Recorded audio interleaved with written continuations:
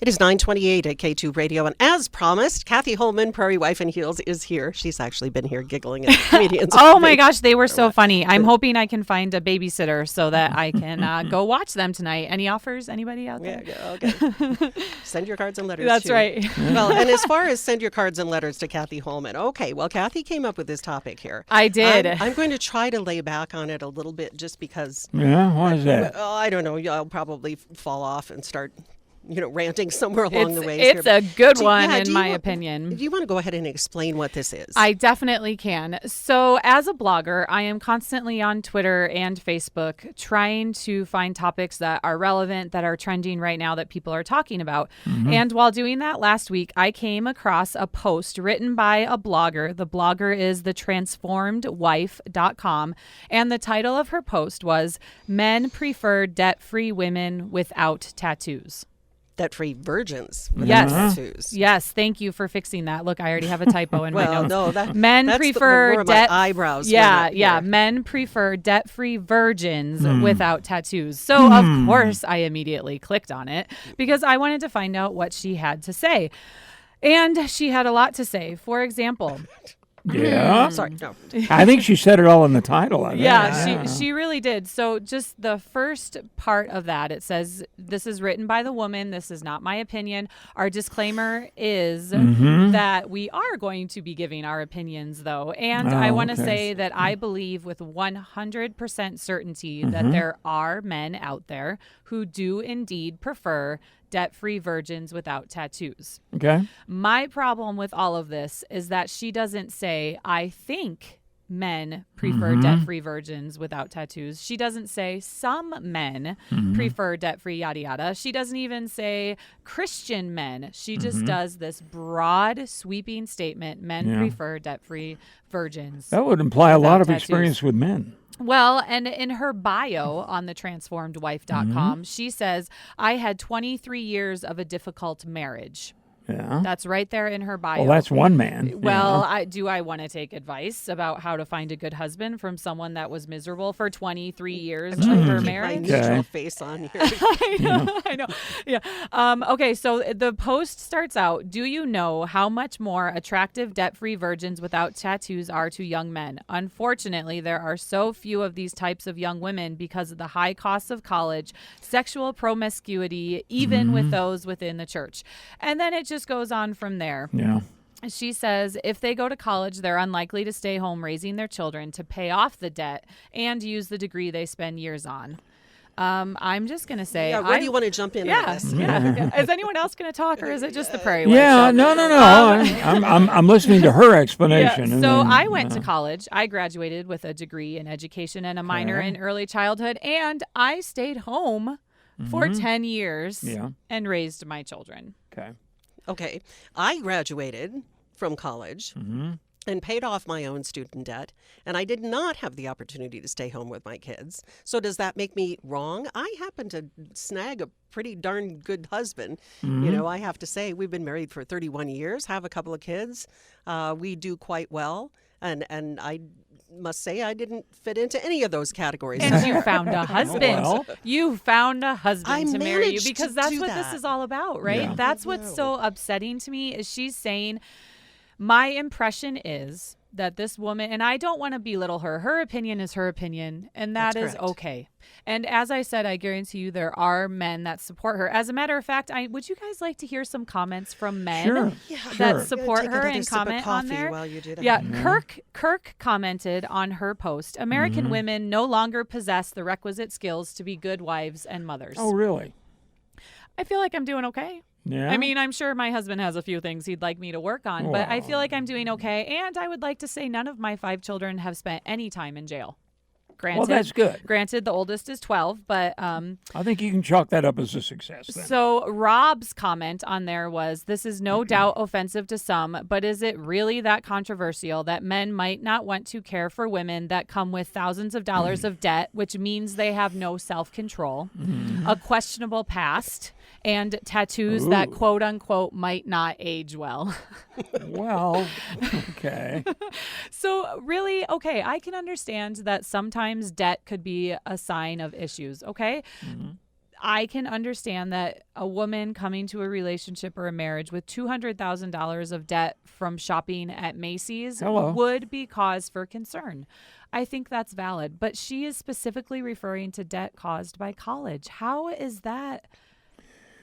Yeah, unless you matriculated at Neiman Marcus. Yeah, the debt thing, I can't really argue with too much. Nobody wants to deal with that, right? Obviously. I mean, a man or a guy comes into a marriage with a ton of debt. You don't want to inherit that.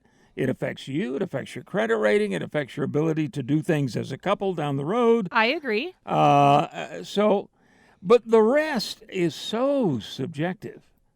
I don't know how you, as you said, everybody has an opinion. I don't know how you could say something flatly and absolutely, always this, never that. Everybody's different. You fall in love, and you don't fall in love because of this attribute or that attribute. You fall in love. For us, it's 36 years this weekend. Congratulations. Well, thank you. But everything wasn't perfect, and not all of these categories fit. She doesn't have any tattoos, but other than that. Sorry, that just made me laugh. I'm sorry. Well, but there's not that I know of anyway. I think I would know by now. Yeah. So this Pretty is hard to hide them. I think what got my back up, and even the tattoo part didn't bother me, because even though everybody has an opinion on that too. Right. Even though I personally have tattoos, it's fine. That part didn't bother me. The virgin part didn't bother me, especially as someone who's a devout Catholic and raising my children to be devout Catholics. That didn't bother me. It's the debt-free, which she specifically over and over links to college. Yeah. She's not talking about that Neiman Marcus and Macy's debt. She's talking about college. And this is what she says. The husband will need to take years teaching his wife the correct way to act, think, and live, since college taught them every possible way that is wrong. But here's the other thing that this is what really. It also gave you marketable skills, by the way, yes. Depending on what your major was. What happens if your husband dies? I mean, seriously, how irresponsible.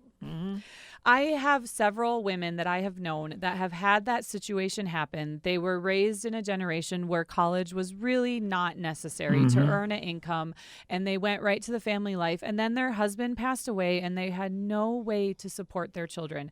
I myself, I have not used my education degree since I did it for 5 years after I graduated college, since I started staying home, but yet I still spent the time to renew it this year, my certification, for the specific reason that if something, exactly, in this day and age, you cannot support a family. But here's the other thing too, and I really do want to say, as Kathy mentioned, this is this lady's opinion, of course, and she's entitled to her opinion. Sure. Yes. And the men that have commented are also certainly entitled to their opinion and what they're looking for in a spouse. What gets my back up is that they also, in this, are casting aspersions and saying the people who do not feel the same way they feel is wrong and bad, and that we're all going to hell in a handbasket. And because they're the only ones that are, and she's using the Bible. And I told you I was going to step in it, Kathy. I have problems with those that cherry pick verses from the Bible. Oh, sure. They pick the ones that apply to them and they ignore the ones they don't want to listen to. And there was a whole lot of this going on in the post, if you read the whole post, which you don't have to, because then you click on it and she gets more money. So thought I'd toss that in there. But what about the Bible verse, judge not lest ye be judged? Yes, hello. Well, that's one of them that they're kind of ignoring. And didn't Jesus, I mean, I may be wrong here. I have taught Sunday school for the last decade, but I'm pretty sure Jesus washed the feet of a prostitute. Am I correct on that one? I'm pretty sure about that too. I'm pretty, and that's something that I thought was fascinating too. On her actual blog post, on her blog, there are no negative comments disagreeing with her. Which, speaking as a blogger, that means that she is deleting or not allowing the people that disagree with her to be up there, and that's scary. That's scary to me. Only comments that agree with her are on the website. And when you only accept the opinions of people that agree and support you, you can never grow. And that is dangerous territory. And that's why I kind of wanted to talk about this, because as I said, I know there's people that agree with her. I agree with some of her statements, but it's the sweeping generalization. Once again, she doesn't say, I think. Yeah. It's just a flat out thing. And as Susan said, using the Bible, it just breaks my heart because I feel like she lost some people there. And that makes me sad. What about the girl that grew up in a hard family and then when she did, turn 25, suddenly realized the error of her ways, worked to pay off her debt, and is a wonderful contributor to society, a woman of good, strong moral character. And because she reads that article, she feels like she needs to just settle for the drunk that lives across the street because she's not good enough for anyone. Well, taking out loans to further your education is not a lack of self-control. Thank you. Requires a certain discipline, quite frankly. Thank you. And a lot of famous, the former president and his wife, they talked about how late in life they finally got all their loans paid off, but they were Ivy League lawyers. So, I mean, it does pay off in the end. I agree with you. It's the broad brush of this that is offensive to me because to each his own. Well, and the whole idea... And people are all different, for goodness sakes. And men are different. How dare she pigeonhole men like that? That's not okay either. Or women, for that matter. Yes. And one of my friends, Sabrina, said, and I love her phrase. She said, "What kind of reckless typing is this?" and I agree. I agree. Okay. People are not going to agree with what we're saying right now. People don't agree with everything I write on the blog. But I really try hard to always make it clear, as we did with this. This is our opinion. These are our thoughts and commentary that it brought up. And I also thought this one was funny, too. As Joni said, as long as men are debt-free, non-tattooed virgins, too, they can expect the same. I loved that. I was like mentally clapping when I read that. And there was She also... does set a pretty low bar for us, doesn't she, in this thing? Actually, you're not talked about at all, other than your need to re-educate us.